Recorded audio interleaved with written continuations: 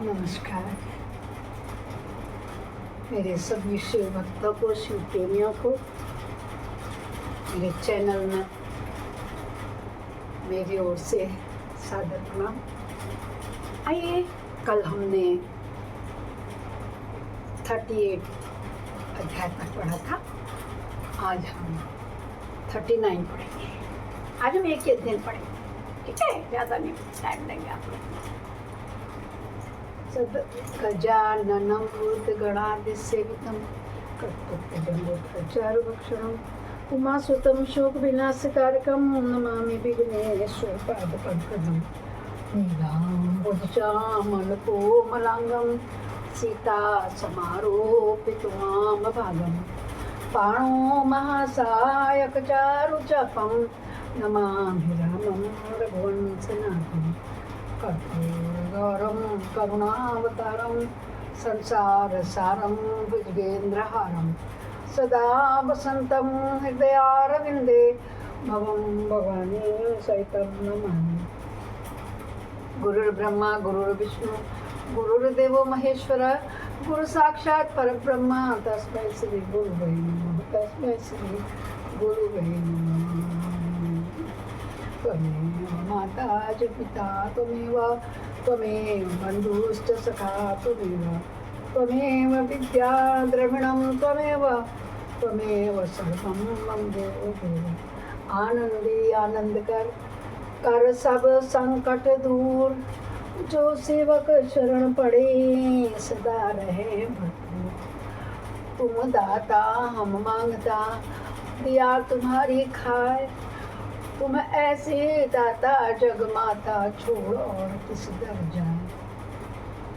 सदा भवानी दाहिनी सिद्धि करें गणेश, पंचदेव रक्षा करें ब्रह्मा विष्णु महेश। सर्वे भवन्तु सुखिनः सर्वे भवन्तु निरामया सर्वे भद्राणि पश्यन्तु मा कश्चित् दुःखभाग् भवेत्। जिससे श्रवण कर मिट जाती है जन्म जन्म की व्यथा, वही है शिव शंकर कथा। वही है शिव शंकर कथा। बोलो शंकर भगवान की जय। आज हम देखेंगे कि भगवान शिव नारद जी के द्वारा सब देवताओं को निमंत्रण दिलाना, सबका आगमन तथा शिव का मंगलाचार और ग्रह पूजन आदि करके कैलाश से बाहर निकलना। साधु तैयार भी होगा और चल भी गई। बोलो शंकर भगवान की जय होवे, जय जय होवे। नारद जी बोले, विष्णु शिष्य महाप्राज्ञता पिता था, आपको नमस्कार है। कृपा निधे, आपके मुँह से यह अद्भुत कथा मुझे सुनने को मिली है। अब मैं भगवान चंद्रमौली शंकर भगवान को कहते के परम मंगलमय तथा समस्त पाप रहस्य के विनाशक वैवाहिक चरित्र को सुनना चाहता हूँ। मंगल पत्रिका पाकर महादेव जी को क्या किया महादेव जी ने? परमात्मा शंकर को दिव्य कथा सुना दीजिए। तो ब्रह्मा जी बोले, बेटा तुम बड़े बुद्धिमान हो, भगवान शंकर के उत्तम उत्तम यशों को सब सुन लिया तुमने।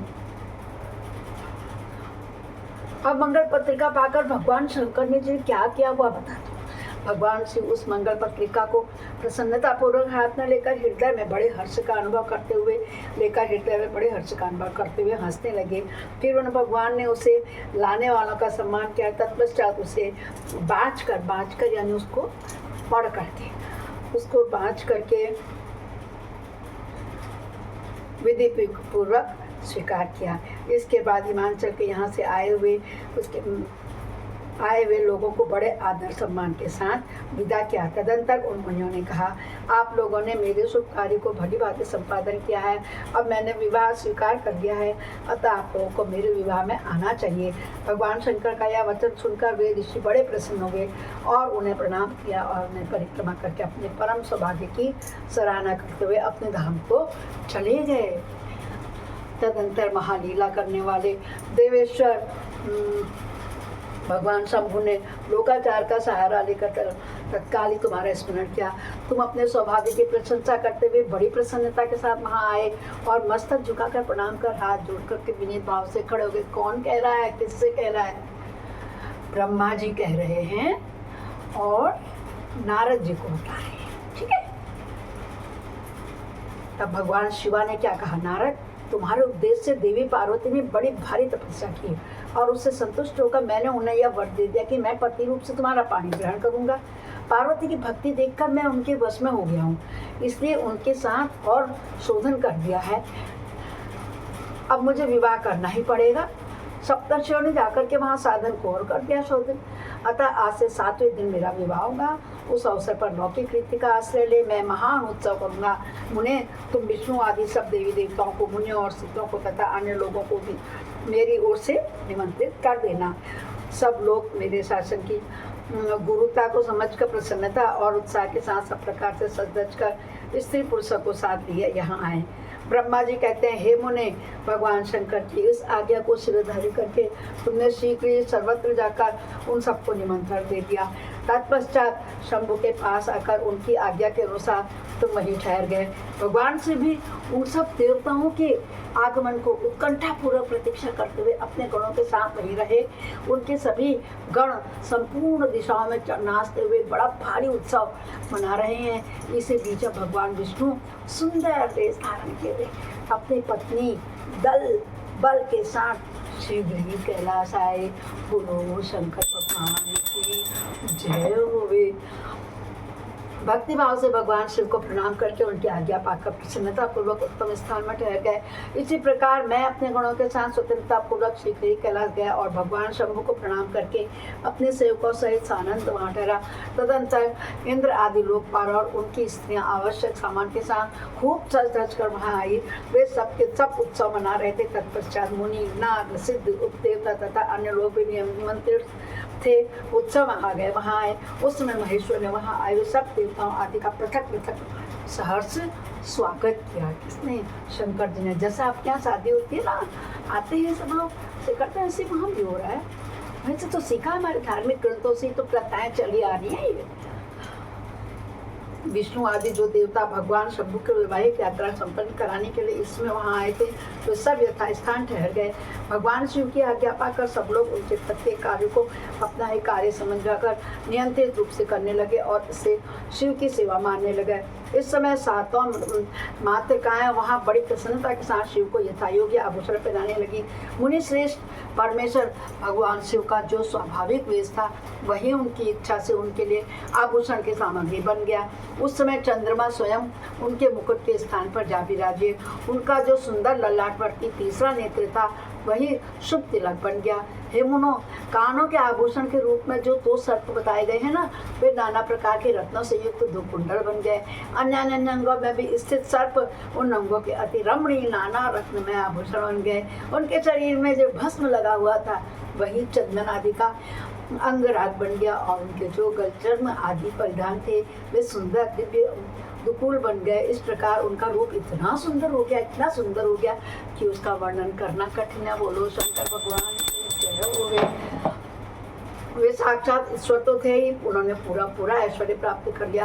तदंतर समस्त देवता, यक्ष, दानव, नाग, पक्षी, अप्सरा और महर्षिगण मिलकर भगवान शिव के समीप गए और महान उत्सव मनाते हुए प्रसन्नता पूर्वक उनसे बोले, महादेव महेश्वर, अब आप महादेवी गिरिजा को ब्याह लेने के लिए हम लोगों के साथ चलिए, चलिए, हम पर कृपा कीजिए। किसने कहा? सभी देवी देवता कहते हैं बरेती, बारात लेके चलने वाले, जल्दी चलिए और हम पर कृपा कीजिए। अब आप महादेवी गिरिजा को ब्याह लाने के लिए हम लोगों के साथ चलिए, चलिए। तत्पश्चात विज्ञान से प्रसन्न हृदय वाले भगवान विष्णु ने भगवान शंकर को भक्ति भाव से प्रणाम करके ऊपर एक तो प्रस्ताव के अनुरूप की बात कही। भगवान विष्णु बोले, शरणागत वत्सल देवादिदेव महादेव प्रभु, आप अपने भक्तजनों का कार्य सिद्ध करने वाले हैं, अतः मेरा एक निवेदन सुनिए। कल्याणकारी शंभु, आप गृह सूत्रोक्त विधि के अनुसार गिरिराज कुमारी पार्वती के साथ अपने विवाह का कार्य कराइएगा। हर आपके द्वारा विवाह की विधि का संपादन होने पर ही वही लोक में सर्वत्र विख्यात हो जाएंगे। जो भी विधि से आप करोगे वही विख्यात होंगे। कह रहे हैं, सही बात है। अतः नाथ, आप कुल धर्म के अनुसार प्रेम पूर्वक मंडप स्थापन और नांदी मुख श्राद्ध कराइए तथा लोक में अपने यश का विस्तार कीजिए। ब्रह्मा जी कहते हैं, हे नारद, भगवान विष्णु के ऐसा कहने पर लोकाचार परायण परमेश्वर शंभु ने विधि पूर्वक सब कार्य किया।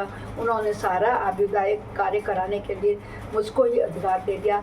अतः वहाँ मुनियों को साथ ले मैंने और प्रसन्नता के साथ यह सब कार्य संपन्न किया। महामुनि उस समय कश्यप, अत्रि, वशिष्ठ, गौतम, भृगु, गुरु, कर्णव, बृहस्पति, शक्ति, जमदग्नि, पाराशर, मार्कंडे, शिलापात, अरुणपाल, अकृतसम, अगस्त्य, च्यवन, गर्ग, शिला, दधीचि, उपमन्यु, भरद्वाज, अकृतवर्ण, पिपलाद, कुशिक, कौत्स और शिष्यों सहित व्यास जी, ये और दूसरे बहुत से बड़े ऋषि जो भगवान के समीप आए थे, मेरी प्रेरणा से विधि पूर्वक वहाँ अभ्युदायिक कर्म करने लगे।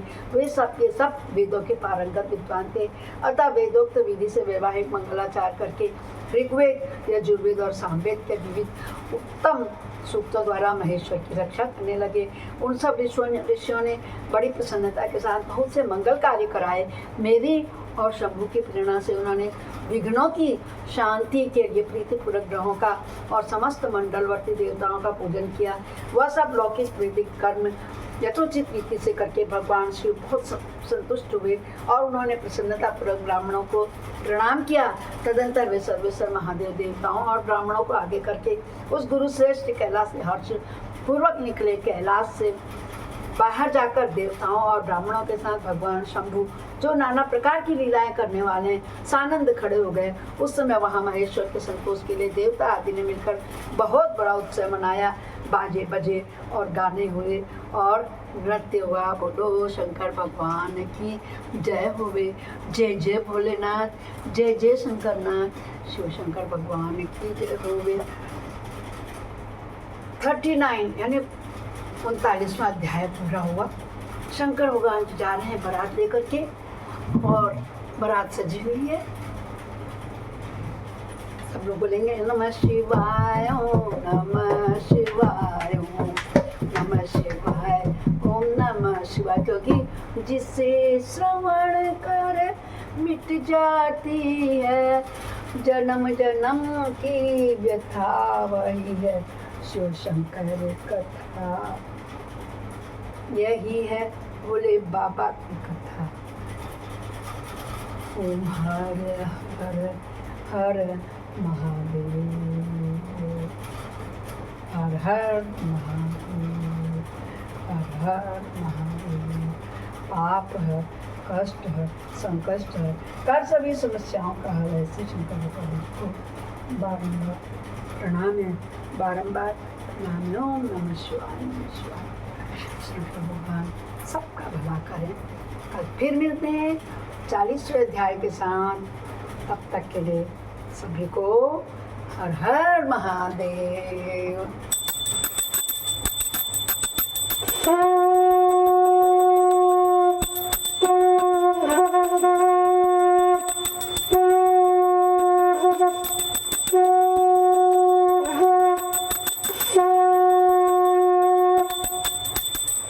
अपराध सहस्राणि क्रियन्ते अनिशम्या दास्वामिति माम त्वां क्षमयस्य परमेश्वरी। आवाहनं न जानामि विसर्जनं पूजां चैव न जानामि क्षम्यतां परमेश्वरी। मंत्रहीनं क्रियाहीनं भक्तिहीनं श्रेष्ठ यद पूजितं मया देव तत्पूर्णं तदस्मि। हे शंकर भगवान, हे आदिदेव चंद्रदेव, चंद्र मौर्य धारण करने वाले, शेषनाग धारण करने वाले, जटाजू प्राप्त करने वाले शंकर भगवान सच्चा प्रणाम। सभी को शुभ दिवस हो।